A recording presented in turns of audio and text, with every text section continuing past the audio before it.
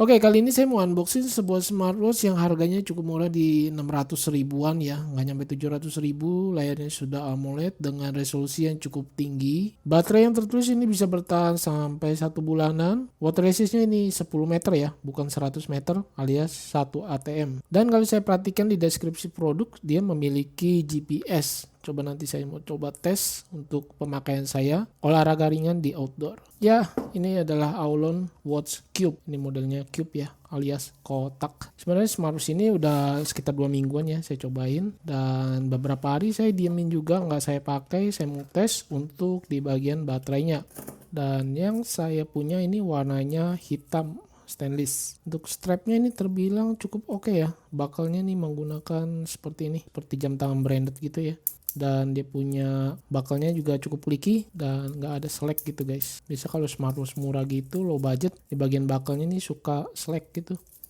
Ini bagus, presisi. Kita lihat di bagian desainnya sendiri ini terbilang cukup baik, bagus, solid. Untuk di bagian case-nya ini glossy ya. Bagian sisi pinggirnya Dove alias black matte. Case-nya juga ini keren sih menurut saya, walaupun dia punya diameternya ini lumayan besar ya, dan juga cukup tebal. Ada 3 tombol fisik, dan di bagian layar kita lihat ini modelnya round screen ya, bukannya square. Cuma dia punya body case-nya aja nih dibikin square. Touchscreen bagus, lancar, ringan, dan tidak ada lag. Untuk dia punya tampilan notif, bisa muncul ya logo Instagram di sini kalau saya lihat. Kemudian ada split screen, tampilan widget dia seperti ini. Kemudian crown button, kita tes untuk scroll. Getarannya cukup kasar menurut saya. Lalu untuk di bagian presisi menurut saya masih kurang ya presisinya. Saya coba double klik, dia nggak bisa mengganti tema, dia nggak bisa. Harusnya bisanya dari menu shortcut nih harusnya, tapi di sini tidak ada juga. Tombol bawah fungsi untuk masuk ke mode sport olahraga. Saya mau coba tes untuk mode olahraganya. Untuk di outdoor ini terlihat heart rate aktif, GPS-nya ini tertulis ya, GPS bekerja, jadi harus dipindahkan ke ruang terbuka. Ya, nanti kita akan tes untuk GPS-nya. Ketika masuk dia ada timer penghitung mundur, dan kita slide ke atas, tampilannya cuma segini aja. Ada Bluetooth music dan tidak ada root back, gitu aja ya untuk dia punya mode olahraga. Tombol atas fungsinya untuk masuk ke menu utama, yang kalau saya perhatikan ini fiturnya lumayan banyak. Seperti biasa lah ya, smartwatch ratusan ribu. Di sini dia ada Bluetooth call, pastinya saya coba tes.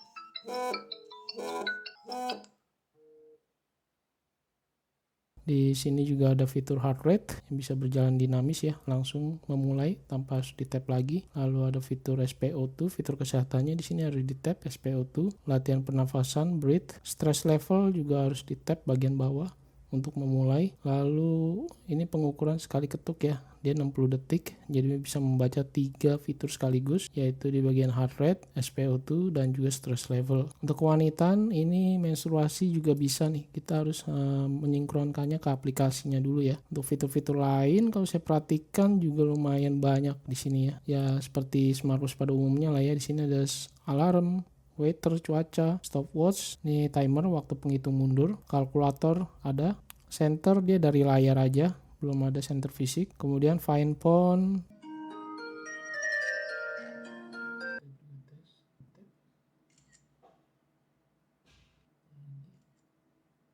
untuk ganti tampilan watch face cukup mudah, tinggal scroll aja, dia punya scroll buttonnya. Tetapi menurut saya ini presisinya amat loncat ya, jadinya berasa loncat-loncat gitu ketika diputar. Atau di tap dan tahan juga bisa untuk ganti pilihan watch face nih. Untuk display dia sudah menggunakan panel AMOLED yang terbilang cukup cerah ya. Di indoor, saya coba tes di outdoor dengan tampilan brightness ini saya fullin atau maksimalin di level 5, dan tampilannya seperti ini. Dia belum ada layar di backup off, ini tidak bisa. Kemudian ketika always on display saya coba aktifkan, kita lihat apakah bisa di raise to wake. Sini tampilan jam AOD-nya dia ada 2 pilihan aja ya, digital dan pointer seperti ini. Kemudian durasi menyala ini bisa kita custom waktunya. Saya coba tutup ya, dia nggak bisa. Dan saya coba miringin. Oke, ketika always on display-nya menyala, oke, dia punya raise to wake, ternyata bisa ya. Ketika AOD aktif, di raise to wake, tampilan watch face utamanya ini bisa hidup atau menyala. Kemudian di tap to wake dia tidak bisa. Pilihan tema atau view UI, dia hanya tersedia 2, model daftar atau list ya, dan model seperti smart style. Kita lihat dia punya tampilannya. Ya benar, smart style, dan menurut saya ini cukup smooth walaupun saya merasa belum 60 Hz ya. Sini bisa untuk perbesar perkecil di bagian crown, dan menurut saya ini agak ribet ketika mengganti tema atau view UI ya, harus masuk ke dalam setting di bagian menu shortcutnya. Beralih efek ini seperti transisi gitu, tapi saya nggak usah pakai. Sini kalau saya perhatikan ada 4 pilihan transisi. Daya tahan baterai sendiri menurut saya cukup lumayan irit, dengan catatan always on display tidak aktif dan GPS tidak sering digunakan. Ini pastinya lebih irit ya ketika semua di off. Untuk daya tahan air ini saran saya jangan dibawa untuk berenang ya, karena mengingat untuk water resistnya cuma 1 atm atau 10 meter aja. Untuk kehujanan atau cuci tangan ringan ini masih bisa sih, kena air ringan maksudnya, cuci tangan masih bisa, asal dikeringin aja ketika selesai terkena air. Kemudian saya pakai di lengan saya yang kecil, ini terlihat dia punya watchnya sih, smartwatchnya terbilang cukup oke pas di lengan saya, cuma memang terlihat agak tebal. Strapnya cukup solid, stainlessnya bagus. Untuk pengait atau buckle-nya ini terbilang baik dan bagus ya. Dia memiliki kancing yang seperti jam tangan branded yang tadi saya bilang. Dan seperti ini tampilannya ketika saya pakai di lengan saya yang kecil. Ini saya belum saya potong ya. Jadi kalau kamu lengannya kecil seperti saya nih harus di custom atau dipotong di bagian rantai strap stainlessnya. Menurut saya ini udah cukup keren sih smartwatchnya ya. Perpaduan di bagian smartwatch sampai ke strapnya. Mungkin kalau kamu kurang suka ini strap bisa diganti ya, soalnya dia menggunakan quick release. Di sini kita bisa lihat ada di sebelah kanan. Kita bisa buka dengan menggunakan kuku. Ini kita untuk buka dia punya strapnya aja, untuk ganti ya. Sepertinya ini ukurannya di 22 mm biasa sih. Saya timbang untuk di punya smartwatchnya aja ada di 41,5 gram. Dengan strap stainlessnya ini cukup berasa ya, di 110 gram. Kalau diganti dengan model strap leather atau model TPO harusnya lebih ringan. Saya coba ganti dengan strapnya Amazfit Active Max, sepertinya sama, dan kita coba ya, ternyata sama guys, di ukurannya 22 mm ya. Oke, tampilannya seperti ini ketika saya gunakan dengan strap Amazfit. Ini cocok banget ya, jadi lebih sporty aja terlihatnya. Cocok di bagian lebar strapnya lumayan tebal dan body case-nya yang lumayan bulky. Ini cakep, kita singkirin dulu. Saya mau tes ya, strap Amazfit sih ini cakep banget dah. Bisa dilihat seperti ini tampilannya ketika saya gunakan, cukup nyaman banget.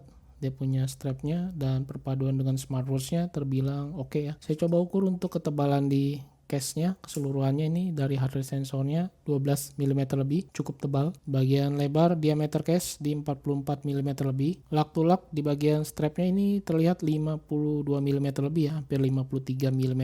Lumayan besar, tapi di lengan saya yang kecil ukuran 16 cm masih bisa pas aja masuk gitu, cocok. Oke, kesimpulan yang bisa saya berikan dari Aulon Watch Cube pakai B ya, bukan T. Menurut saya untuk nilai jualnya itu di bagian layar dia sudah menggunakan AMOLED dan resolusi yang cukup tinggi. Kemudian dia punya build quality yang solid, strap dari stainless steel yang bagus menurut saya, dan dia bisa diganti ya dengan strap model lainnya. Kemudian AMOLED-nya itu cakep, always on display-nya bisa di raise to wake ketika AOD-nya aktif. Baterai yang terbilang lumayan awet ya. Ya sepantasnya lah ya untuk baterainya bisa awet karena dia ternyata tidak built-in GPS guys. Walaupun tertulisnya di deskripsi ada tulisan A GPS, tetapi kalau saya tes dia belum built-in ya. Jadi kemana-mana harus bawa smartphone untuk melakukan koneksi GPS atau olahraga outdoor menggunakan GPS. Kemudian yang buat yang suka menanyakan WhatsApp call, menurut saya yang harus digunakan itu adalah smartphone ya. Smartphone yang mendukung adalah smartphone iOS atau Apple, lalu kedua itu Samsung. Selain dari kedua brand smartphone itu, yang lainnya tidak bisa kalau saya tes. Ya, mungkin segini dulu yang bisa saya sampaikan unboxing dan review singkat penggunaan saya ya, beberapa hari menggunakan Aulon Watch Cube. Namanya sih oke, dengan desain yang menurut saya cukup menarik ya. Untuk di harganya nggak ngebosenin Aulon, tapi untuk fitur kalau bisa, kalau tidak ada GPS jangan ditulis GPS karena itu nanti bikin bingung orang guys. Ya, saya Freddy and see you next my video. Bye.